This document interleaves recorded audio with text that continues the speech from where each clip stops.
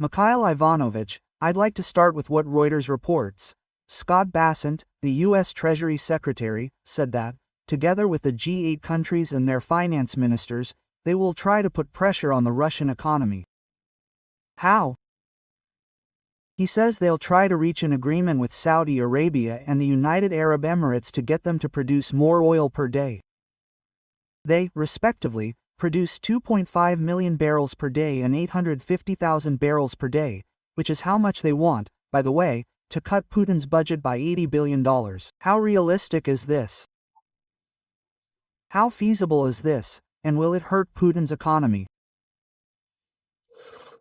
Well, it's unrealistic. Let's start with that, because Saudi Arabia and its partners have not only the Persian Gulf countries, but also other countries around the world participating in an alliance that is designed to stabilize the market and normalize oil prices. And this OPEC isn't just OPEC, it's OPEC PS. OPEC Plus, which also includes countries like Kazakhstan, the Russian Federation, and so on. That is, these issues are resolved collectively. Within this alliance, well, there are already contradictions. Some want to produce more, while others, on the contrary, say, let's produce less to support the price. But they are currently managing to somehow balance the work of all the members of this alliance, well, with varying success, but at external requests, for some political reasons, to punish Russia, they are not going to change their strategy. And it is completely unrealistic that they will listen to such requests. Let's remember how the Biden administration repeatedly made advances to Saudi Arabia. And Biden's emissaries asked for increased production in order to keep prices lower, and so on, and so forth. That's what they were told in Saudi Arabia. You know what? So, please, go back to the United States and create conditions for American oil companies to increase production. Look at what you're doing back home. And you came here with your advice on what we need to do to increase production. You create unbearable conditions for American companies to expand their operations with all sorts of restrictions, and then you come to us asking us to help you somehow. That is, you sent them packing, and very rudely sent them packing back then. I can't imagine what the interests of this are now. Some kind of political alliance, including the Russian Federation, would suddenly take such steps. And the second consideration is that, well, there's already more oil on the global market than needed. So who's currently absorbing the excess oil? The Chinese, who are building up their strategic oil reserve. They're storing it in oil storage facilities. And they're also storing it in tankers that are hanging around off the coast of China with the oil reserves. The United States, which is increasing its strategic and commercial oil reserves in storage. That is, it has more than enough oil. And to say that oil production will now increase to oust Russia from this market is to misunderstand some very basic things about the oil market. Speaking of China's strategic reserves, how accurate is it to assume that they've changed the legislation? Now they need more oil in their storage tanks, and by mid-26 they won't need to buy as much oil from Russia? And again, there will be even more, so to speak, unnecessary oil on the market. And there's a big question mark here. Will the Chinese build additional oil depots to store this oil, or have they already reached a point where they're starting to implement their long-term programs to abandon fossil fuels and transition to, well, electricity? We're seeing the rapid development of electric vehicles in China faster than in any other part of the world. Well, excluding Norway, probably, where, I think, 90% of new car sales are electric. And indeed, China won't need that much oil soon. But I don't think they'll increase or decrease oil purchases with Russia, because the bulk of the oil goes through pipelines. It's the Eastern Siberia-Pacific Ocean pipeline. Well, the bulk of that oil, 80 million tons per year, goes to China. And they also receive another 12 million tons per year through a pipeline from Russia through Kazakhstan. And so,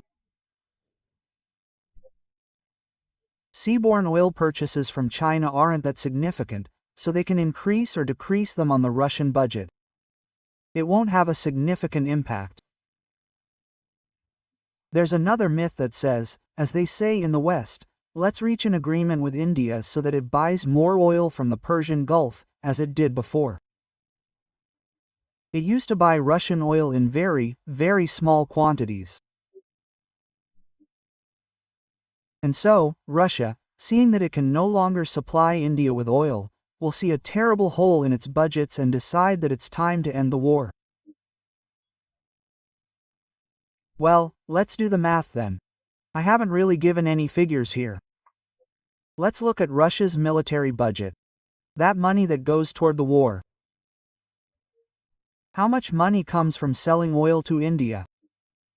Do you know how much? 4.6% of the budget that goes toward the war. So, what if this money from trade with India disappears? 4.6%. Will this stop Putin from his military plans? Nothing of the sort. I mean, he'll find some other small change and sell it somewhere else. The population will gradually be robbed with new taxes, levies, increased tariffs of all kinds, and so on. And he won't give up on the war if India suddenly drops out of his oil trading partners. Mikhail Ivanovich, what about the United States allegedly having leverage and pressure on Putin? You mentioned India and what will replace Iranian and Venezuelan oil if sanctions are lifted. Well, you've already partially said that. India's purchase of oil from Russia won't affect my opinion, right? Well, that's true, because now everyone's talking about Iran. Okay, so they introduced, or rather, renewed, sanctions against Iran.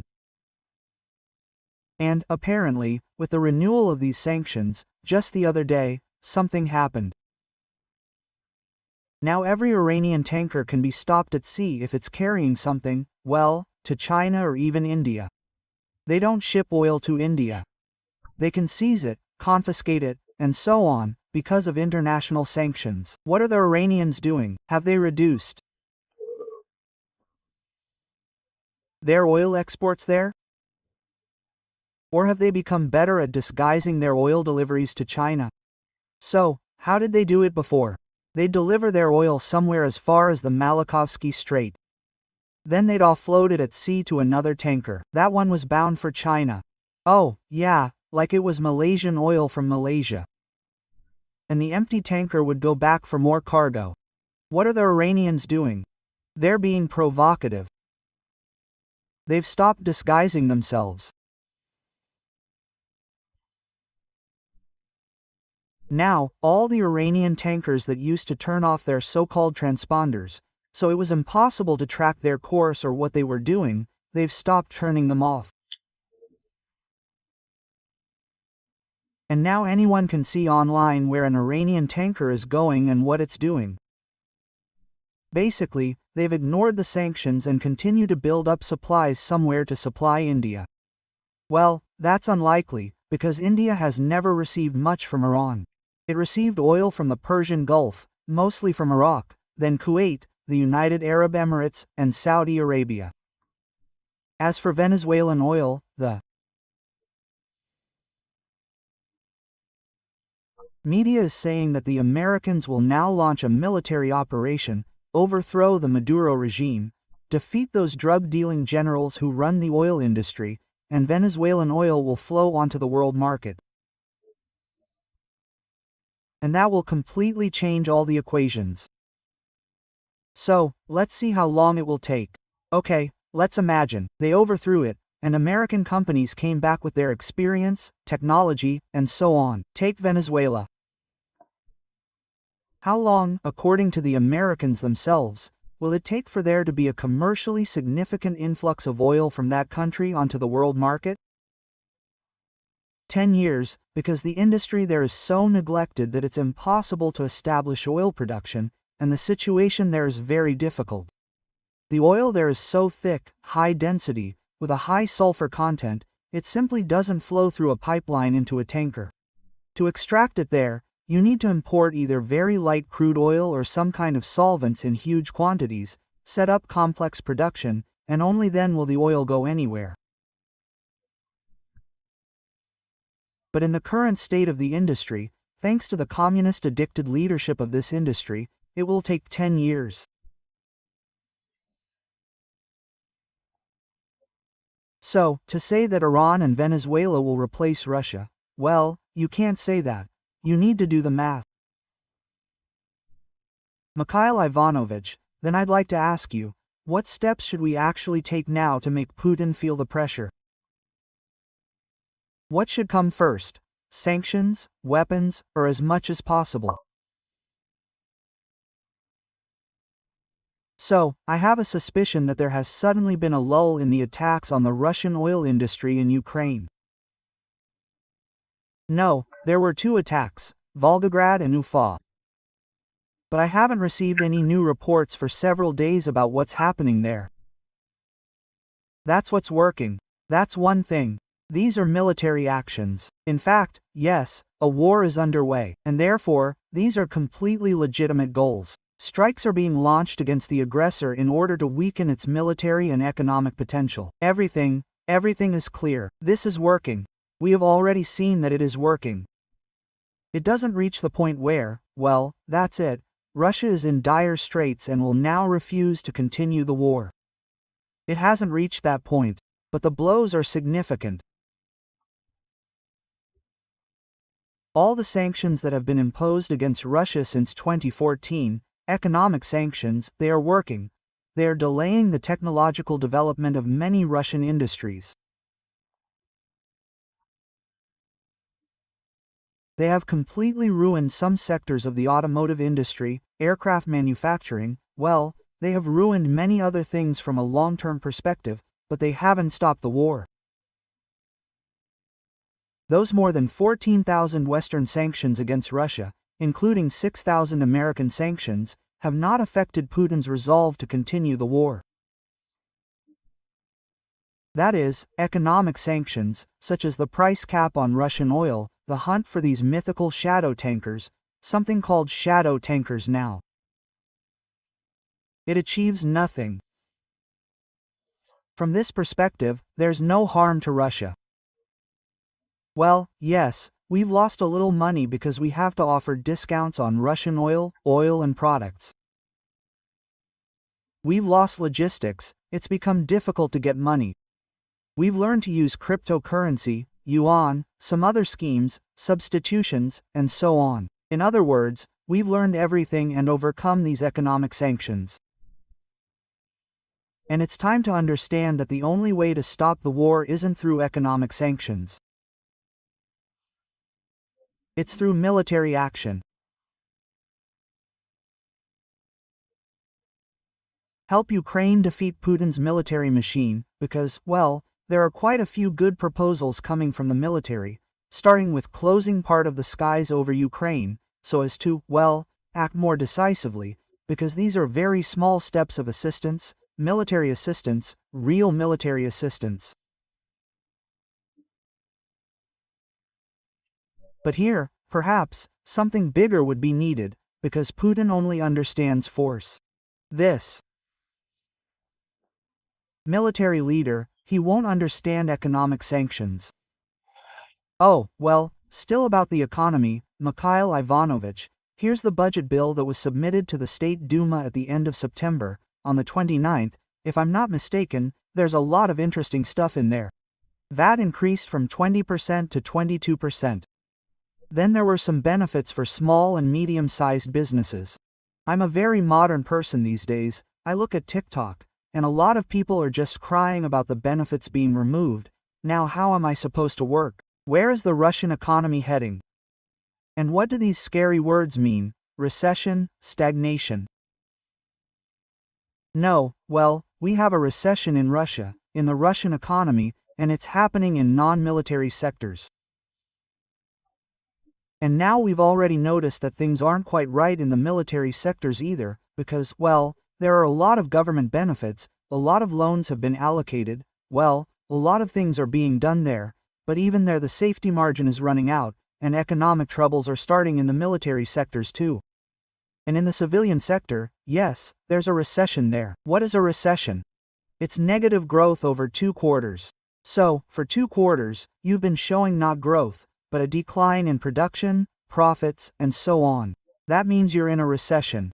The definition is very simple. Russia itself isn't there yet. It's still somewhere, well, as the International Monetary Fund has now determined. I think they've just put up some new figures, that Russia will see economic growth next year. But they're no longer giving 1%. They're saying 0.6%, something like that. What does that mean? When the entire world, the global economy, has advanced by, say, 3% or so, well, maybe a little less, than if Russia has advanced in its economic development by 0.6%. That means it's fallen behind. It's not forward, it's going backward. You can call this a recession or not, whatever you like, right? We see that in a desperate situation, they're collecting money from the population. This 2% additional VAT is essentially raising prices on everything. Small and medium-sized businesses, which somehow managed to survive, will now be fleeced. The tax system has changed, they'll be taking more money. And so on. We watch and watch and watch, and everywhere there's something wrong, a little here, a little there, and ultimately, the population will suffer. There's no revolutionary sentiment, of course, but by and large, there's a myth among the population about large private companies. If they become state-owned, if they're nationalized, then they'll have effective management, everything will be as it should be. Nothing of the sort. So, as soon as these effective owners are removed and an official is installed, what does that official do? They inflate budgets, they launch some colossal plans. We see this everywhere. So, let's allocate money for the construction of submarines that will transport liquefied natural gas from Arctic fields. And then the money goes in. Boom, what's that? So, there's an official who'll be in charge of this program, and he calmly cuts up this money, pocketing most of it for his friends in the government and elsewhere. So, everything is moving in the direction of, well, abandoning entrepreneurship, business, and the private sector. The niches left for him are just ridiculous. And everything is moving toward the category of state-run, semi-monopoly capitalism, which, well, it's not even capitalism, it's crony capitalism, a money grab.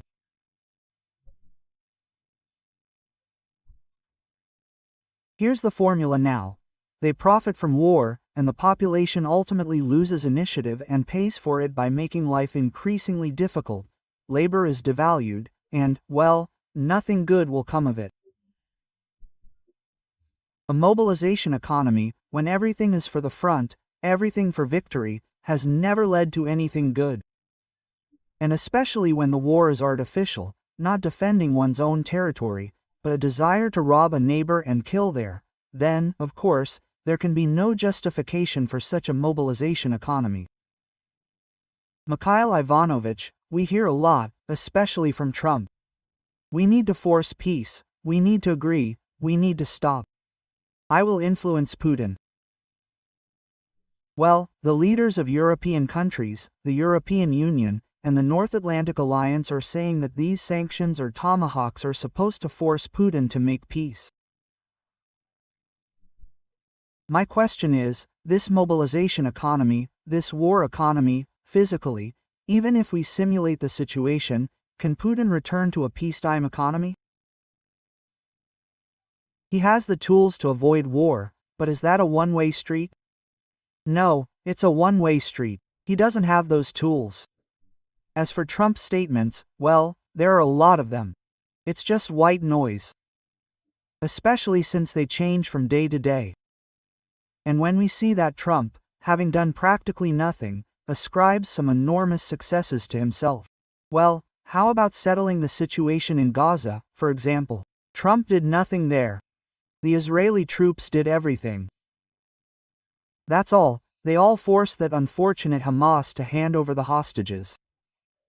And Trump ran around saying that he did it. It's all exactly the same, this war, the eighth war. Yes, yes, yes, he resolved it all. The Israelis are great. They're just agreeing with him.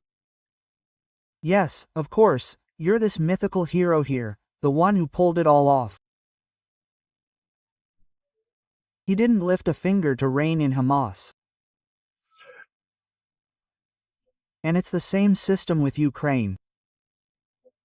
So, I had the impression at first that he might actually start doing something. He actually did do something, not just talk, issue ultimatums, and keep extending them. Now I'm going to come to an agreement with my friend Vladimir and so on. All this was pure idle talk. We saw a sharp reduction in military aid from the United States. We saw that now American ammunition and weapons will only be sold to NATO and the Europeans for money. So, we saw all this, and it seemed like Trump was fighting on Putin's side. Now, the rhetoric has changed, and we haven't really seen any action yet. But the words, like, I'll talk to Putin again and find out if he wants to continue the war. And before that, he didn't understand anything about Putin wanting to continue the war. This is starting to sound like a comedy. It's a farce. So, he's going to try to find out again whether friend Vladimir wants to continue the war or not. Okay, so he'll find out he wants to continue the war. What are we going to do? That I have some kind of, maybe, I'll give him some kind of weapons. Let's wait until he gives it, until he actually helps Ukraine deal with the aggressor. Then we'll talk about him. Otherwise, there's this torrent of words again, but so far there's been no result. It's embarrassing to even comment on this. Mikhail Ivanovich, you know, I read a lot of analysis, and some analysts claim that the dire state of the economy should force Putin to at least stop active military operations. Do you think this is realistic? Because, as an option, well, he might not attack the front, but he could launch hundreds of drones there every night. Right? And the economic situation won't stop that. I mean, those same companies that make these drones, they could still make a lot more of them. And missiles, drones, and everything. That's where everything is thrown. Yes, he doesn't need to make tons of tanks, self-propelled artillery units, armored personnel carriers anymore. Everything. Because the current form of war has shown that drones are ineffective. That's it, and when the front line is 20 kilometers in one direction, and 20 or 15 kilometers in the other, it's impossible to advance with any equipment. That is, some soldiers could sneak through somewhere if they weren't spotted by drones hovering in the air. And that's what war is like. What is needed to wage war with such means? Manpower is needed. And the tanks are already somehow. Well, why would they need tanks there? That is, a tank will go there, it will last a few minutes, and that's it. So, it's ineffective. And as for turning the front into a meat grinder, well, Putin still has those resources. Right? No, not there either. They can't be called inexhaustible. We're already seeing that in many Russian regions, the cash prize for those who went and signed a contract with Putin is being sharply reduced. There are no longer 7 million rubles and something else. It's all being cut drastically. And that's where problems arise. I wouldn't look for problems in the economy, yes, even in the military-industrial complex. There aren't any particular problems there. Mikhail Ivanovich, by the way, one-time payments for signing contracts with the Russian Ministry of Defense are being cut. Tatarstan, there were 2.7 million, now 400,000. What does this indicate? A lack of money, or that more will be mobilized. Because right now there are some amendments that Putin is ready to sign to activate 2 million reserves without announcing the military camp. Well, I think yes, everything is moving in that direction. There really is no money. And it will have to, well, in my opinion, if he really wants to continue the war. Well, in the form it is today, there is zero progress anywhere. The line remained intact. If before we saw 2.5 kilometers, 15 kilometers, someone advanced there, now everything has been at a standstill for the last 24 hours. And in order to continue this kind of war, they need to throw people there. Well, that means exterminating Russia's male population. We already see a lot of it in demographics. According to statistics, there are a lot of brides in Russia, that is, from the point of view of the male population, it is becoming smaller and smaller. Well, this is Putin's deliberate policy of exterminating the working population in Russia. That's what he will achieve. And then, I look at the statistics on energy purchases in Europe. And it would seem that Europe is rapidly trying to wean itself off oil and gas. There's the 18th sanctions package, yes, petroleum products that go to India or Turkey are not to be purchased from the European Union. Well, I'm surprised, in 2025, in the first 8 months of 2025, France increased its energy purchases by 48%. Other countries, like Belgium, saw a significant increase. 7 EU countries in 2025, when they were actively shouting, "Look, Macron, yes, there will be troops in Odessa, we'll defend it if necessary, we'll go to Abraza," and here, wow, 48% more. 7 countries are buying much more. Quote, why is that? Question mark. Well, there's no increase in gas through the pipeline. That is, we know that Serbia, which is not part of the EU, is buying there, Slovakia and Hungary. Well, a little gas goes to North Macedonia and Greece. And that's it. Gas is no longer going through the pipeline there. So, this is liquefied natural gas. And here, guys, you always have to count. If you want to refuse liquefied natural gas from the Yamal Peninsula, and it's currently going from there to Europe, then what is your goal? The goal is to punish Putin by reducing revenues to the Russian military budget. Okay, stop. Does this gas contribute anything to the Russian military budget? It's an international consortium, right? There's a company there called Novatek, a Russian company. The French Total Energy are there, and 2 Chinese companies are there. The Chinese have 1/3 of this gas. They don't pay taxes. They don't pay into the Russian federal budget, let alone the military. So, what do you want to refuse? This gas was given to them, since it doesn't pay taxes. Is this all the liquefied gas, or just a large part? This is liquefied gas. This is all the liquefied gas from this project. And how much of Russia's liquefied gas is this? No, well, all of Russia's liquefied gas is on the market, somewhere around 37 million tons per year right now. But we're not counting Sakhalin. There's another Sakhalin plant, Sakhalin 2, which is where it's at. It's mostly consumed by the Japanese, and the Chinese get a little bit, but it's very difficult to impose sanctions on them, and there's no real point. They pay taxes, which is great for the budget. But this project doesn't do anything. It's exempt from all taxes for 12 years. It's a gift to these companies. And when Chinese companies or Total ENR, which have gas supply contracts with German companies, for example, bring in this gas of theirs, it was Russian while it was sitting underground. But when they liquefied it, received it as a gift from Putin, and are transporting it for free, they got all this, then fine, you ban it. But what's the point? You mean you won't help Ukraine win the war? No, these are just slogans, they're just faking sanctions, they're just a sham.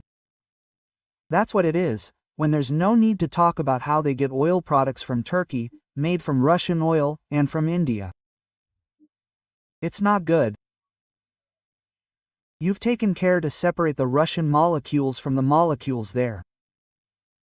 Well, India, for example, has 42 crude oil suppliers. Where's the Russian stuff? And where's the non-Russian stuff? How are you going to separate it? This is just another sham. The West, for example, has been doing this since the start of this large-scale war. Putin is giving himself a free hand to rake in all the millions and send them to war against Ukraine, and maybe even against NATO. But if he does this, Kaliningrad and other cities will be destroyed in seconds. At least, that's a possibility. What is Donald Trump up to, deciding all the world wars? How much pain will this cause Putin? We'll talk about all this right now. I'm Irina Uzlova, and with me is Rostislav Murzagulov, a publicist, social activist, and writer. Rostislav, hello, I'm truly glad to see you. The feeling is mutual. Ina, good afternoon. Rostislav, well, the Institute for the Study of War and Russian Media are writing that the bunker maniac has essentially found a new way to throw another 2 million Russians into the war. Russian authorities are preparing to call up the Defense Ministry's enormous mobilization reserve, which was created by Vladimir Putin's decree in 2015, for military service. On Monday, literally the night before, the government approved a bill that allows the so-called president of the Russian Federation to use reservists without declaring martial law or mobilization. This would be in counterterrorism operations and military conflicts, including abroad. Basically, they could take everyone and send them.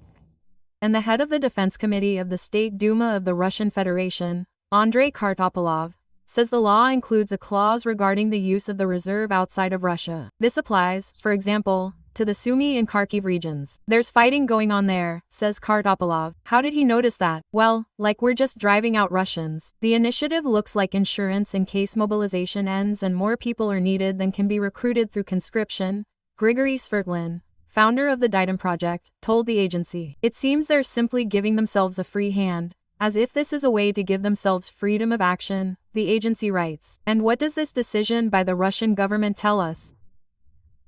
Could this open the floodgates, so to speak, for another exodus of Russians from the Russian Federation, or will these reservists have nothing better to do than go to war, where Putin is simply disposing of his own population?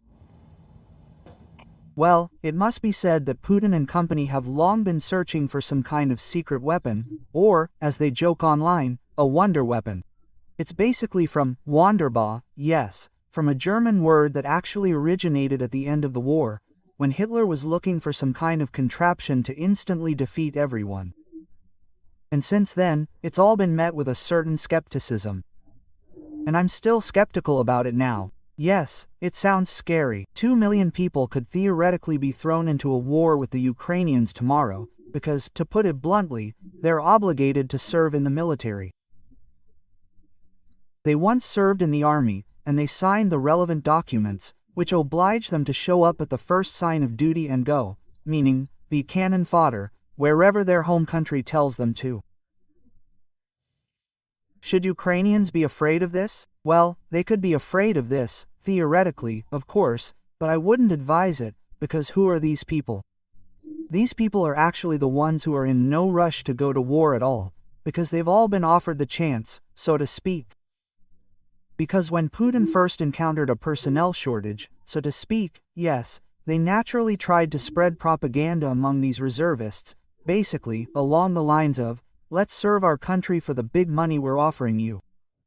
And then, I'll be honest, there wasn't a queue of reservists, because they're not exactly marginalized. These are people who can at least open a phone and read up on what's actually going on in Ukraine. And I have, for example, direct contacts with several reservists who were offered the chance, and the offer was persistent. It was, in fact, somewhat threatening.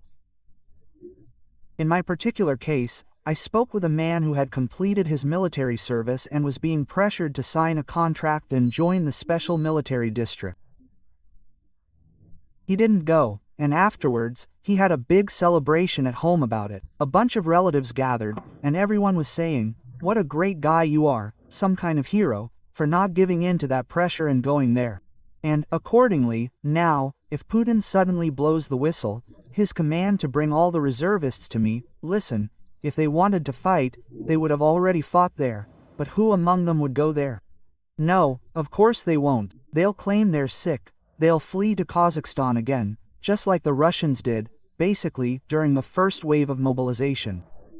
And what's more, even if some of them are grabbed by some police officers and dragged to some collection point, and, for example, sent to some training center first. Naturally, that's how it should be by law, and then, after that training, maybe even sent somewhere towards the Ukrainian border. Will they become rapid military personnel?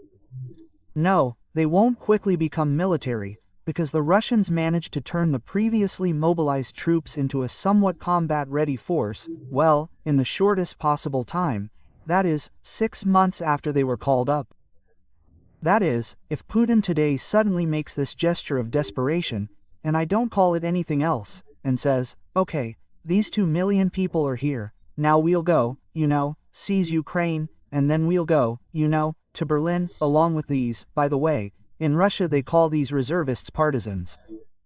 And I myself once quite by chance was present at a gathering of these partisans, because I remember I was at a protest then called, Ort in the Army.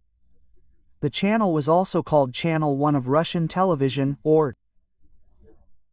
And so they took us, well, like presenters. Yes, I was the presenter of a news program, actually, and they took us to what people then called, going to the partisans.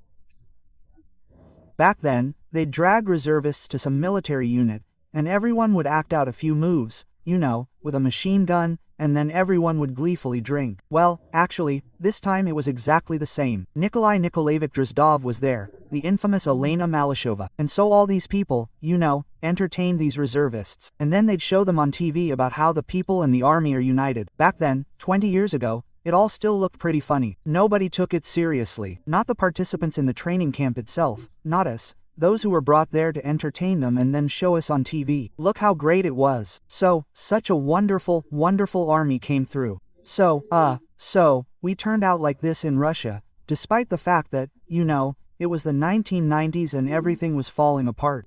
This was probably even in the late 1990s, if I remember correctly. Well, basically, I was looking at these pot-bellied men. They weren't soldiers at all and had absolutely no intention of becoming soldiers. And I think things are pretty much the same now. I don't think anything has fundamentally changed. And so, of course, this is just another scare tactic. Well, perhaps it's actually seen as a scare tactic by those who initiated it. Perhaps they understand this, because if they'd realized this was a mobilization resource, a resource for replenishing the army, they would have used it sooner. But they didn't, and generally speaking, at a time when their situations were dire, when they had absolutely nowhere to recruit men, when they had to run all over Russia with the cops after any more or less combat-ready looking males. And, generally speaking, those 2 million men weren't called up back then. So, perhaps, this is just one of those negotiating moments. We still have 2 million people under arms, the decree has already been signed, fear us, come quickly agree to our terms, give us at least something so we can reduce the intensity of hostilities. That's roughly how I see it all. The Kontamanti Autonomous Okrug is currently offering, for example, the largest one-time payment. It's 3.2 million rubles, or $39,300. No one wants to go there either. It's just all the same. I was just thinking about it. I'm currently reading the book The Tsar Himself, by Roman Batanin and Mikhail Rubin, journalists for the publication Proact. They say Putin has no ideology. There never was one. A book about principles, on the contrary, because Putin has no principles either. So this also shows once again that there's no ideology, that these bonds, this concept, are unknown to anyone except Putin, that no one wants, even understanding and realizing that war is his alone, and no one wants to go to this murder. Today's Russia is a classic dictatorship. A classic dictatorship can't have any ideology. What is ideology? Ideology is when people are united by something intangible, something that matters to them right here in their hearts. And this, for example, is very easy to explain to Ukrainians, to my friends, to those who, not even necessarily my friends, actually. This goes far beyond my circle of friends. There's a common idea here that Ukraine should be in the family of democratic, civilized countries, that Ukrainians definitely do not want to lie under Moscow's rule any longer, that during the time Ukraine was dependent on Moscow, Moscow did not give Ukrainians anything good, and Ukraine did not become a prosperous country. But in general, the Russians, while taking resources, gave nothing in return except this coercion and deprivation of Ukrainians' freedoms. And, accordingly, this, for example, is often found somewhere in those countries where there is some other powerful unifying force.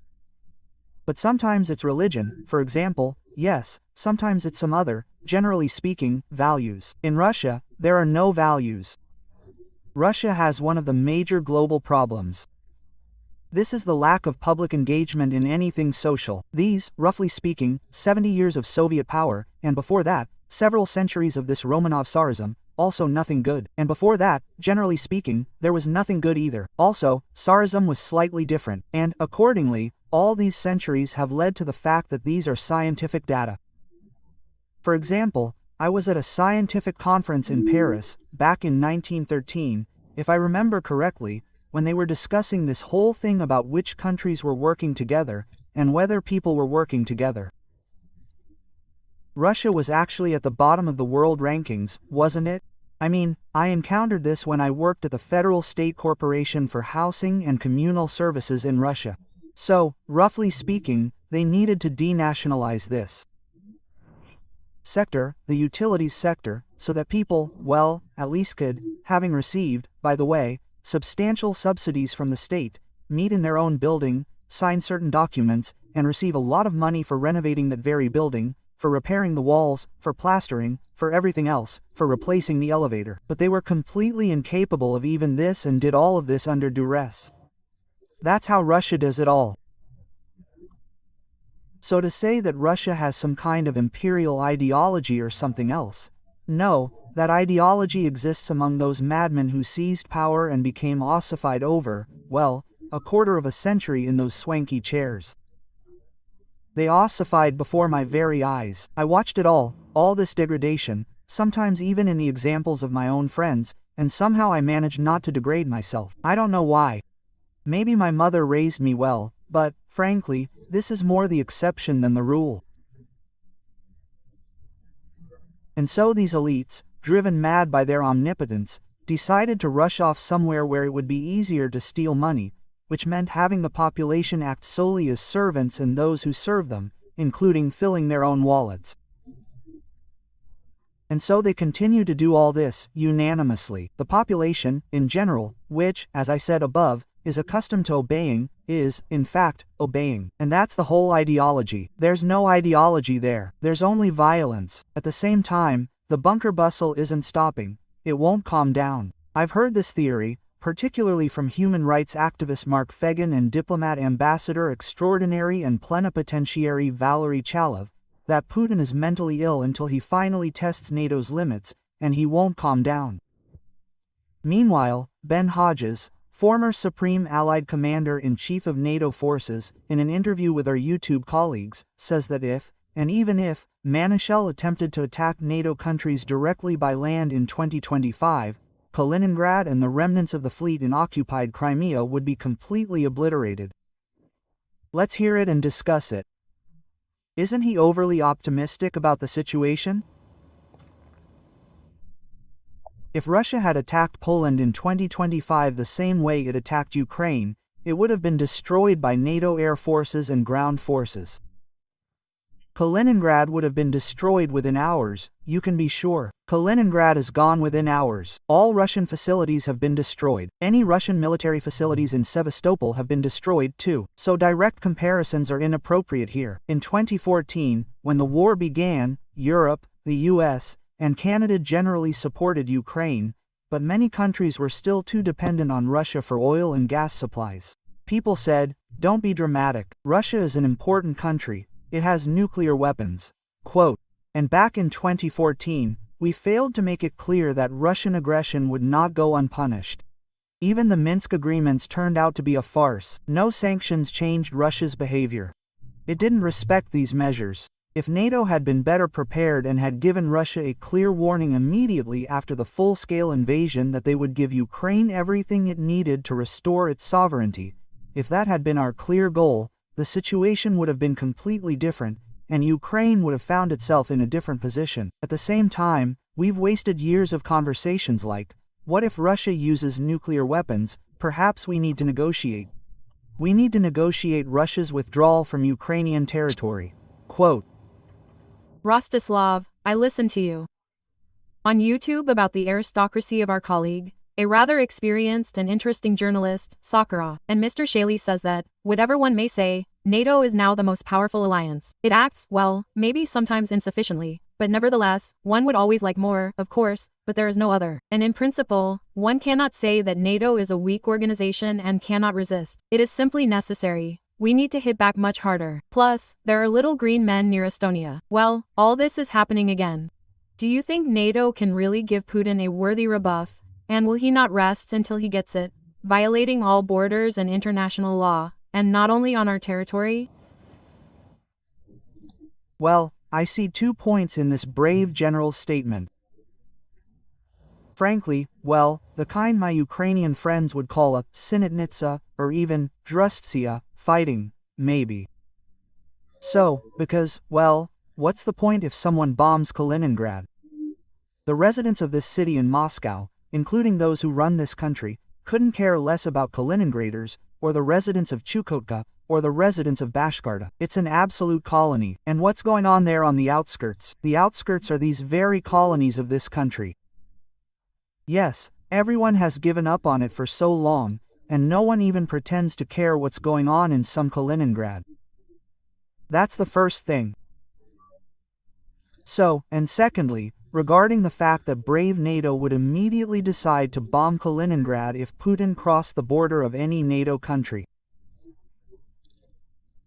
Not a damn thing would have happened, actually, because there are a very large number of very sluggish, very frightened people who lived for many decades an absolutely calm bourgeois life, absolutely without any risk to this very life and absolutely without any responsibility for any decisions made.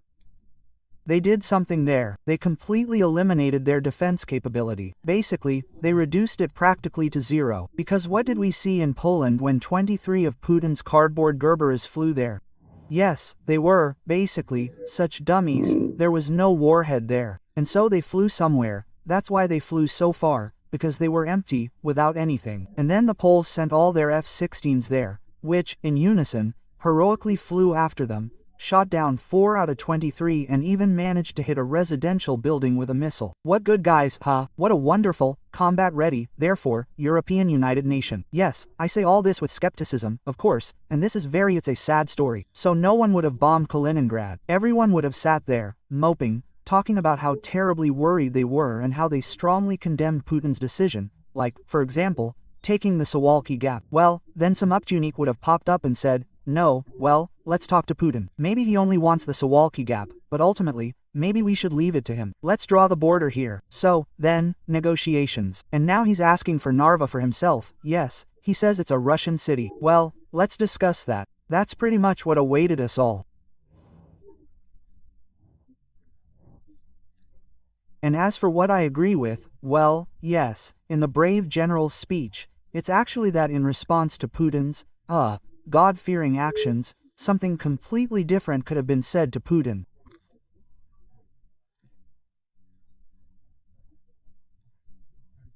Yes, and they could have, roughly speaking, present Putin with a fairly simple ultimatum. You've violated every conceivable international law, and we're going to do this, and this to you. There could be all sorts of different events, and such things have been practiced around the world. For example, we all remember the Cuban Missile Crisis. Yes, Nikita Sergeyevich Khrushchev, yes, he was quite the funny guy, sends nuclear bombs under the Americans' tank. The Americans immediately send their own nuclear bombs under Khrushchev's tank. And what does Khrushchev do? Khrushchev runs, his heels flashing, and says, okay, I've changed my mind. I'm taking my nuclear bombs from Cuba, then. And what could have prevented the people of America and the European Union from applying roughly the same practice this time? They could have told him that you've entered territory that we are obliged to defend in accordance with, just a second, an international treaty, the Budapest Memorandum. And we will defend it, that is, this territory. We're telling you that if you don't calm down now, well, I don't know, in a crazy way, we'll put nuclear weapons in Ukraine. Well, because we deprived them of these nuclear weapons back then and were the guarantors. And now, that means, we're returning them, since we're now such a lousy guarantor. Well, Rostislav, excuse me, let me clarify a little. They're in Russia. In fact, even the Medvedevs are very concerned. Everyone knows that Ohavkas are possible there. and they can also carry a nuclear warhead. Well, you know, that too, Comrade Medvedev said something to the unidentified person. Yes. Actually, I asked someone who understands this. In general, any missile can carry a nuclear charge. Absolutely any missile. In principle, you can fire a nuclear charge from a cannon. So this is just stupid. It's just, well, this is something that has been repeated many times, unfortunately. But, in general, this statement makes no sense. That is, any object, yes, that is fired, of this cigar-shaped type, can contain something nuclear. So here, in general, please, let's not, replicate this statement of Medvedev's. Fine. Well, then we could deploy some kind of nuclear umbrella, for example, or still the same tomahawks. Whatever they carry, they can also change the disposition. Now, Regarding the fact that Putin will now deploy some kind of umbrella, and excuse me, please, where will he get this umbrella from? Well, let us deploy it. No, yes. I remember Putin saying that in response to Trump's escalation with the Smohawks, we would, expand our strategy even further. And what was stopping you before? From developing your air defenses. And what suddenly allowed you to calmly watch Ukraine destroy your, for example, oil potential? Well, it's strange, right? Why didn't they do it earlier, right? And regarding deploying air defenses over Ukraine, yes, of course, they could have said, for example, that not a single bombing of Ukraine is allowed anymore. The temple, because of the Budapest Memorandum. Therefore, we are closing the airspace over Ukraine for all of NATO, and, accordingly, we will consider the issue of supplying Ukraine with what we deprived it of when we signed that memorandum. Well, all of this could have been done. It wouldn't even have to be implemented, because Putin, upon hearing this, would immediately enter into negotiations under completely different conditions. And what was done instead? Instead, everyone was terribly worried, admonishing Putin, saying, well, everyone was very critical of everything. And what good did that do? None. And the Wall Street Journal writes that the end of the war between Israel and Hamas could give Trump a clue as to how to finish off the bunker buster. So, do you think he took advantage of it? And in general, it was an inspired moment, let's say, because Trump himself said, that's it, there won't be a third world war. I've decided everything. This is a very good point. If everything really calms down in Gaza now, then there are the next 2 months in which Trump can definitely guarantee himself a 95% chance of receiving the Nobel Peace Prize, which Trump really needs, because Trump is now being dragged around so much, that is, face down on the asphalt in America, and they say that he is not a serious person, that he is not succeeding in anything. He is facing a very strong wave of criticism. I love watching American TV channels. It is really very interesting. Journalists have a lot of freedom there and a lot of professionalism. Therefore, I can imagine how painful it is for Trump to watch what they say about him there. And therefore, for him, receiving the Nobel Peace Prize would be just a balm for all the wounds. And in order to receive it, accordingly, the Nobel Prize is given each year for the previous year. And accordingly, if he does all this in this 25th year, yes, here in Gaza he has more or less everything, if it calms down, and if he presses this Putin, so that Putin calms down until the end of the year, why are so many serious politicians saying that this is a serious historical moment? Well, because Trump needs to show the Americans that he is a serious person and a successful guy. And we'll see what happens now, how Putin reacts to this. But, ideally, Putin should respond by agreeing to the conditions that Trump announces to him after this meeting.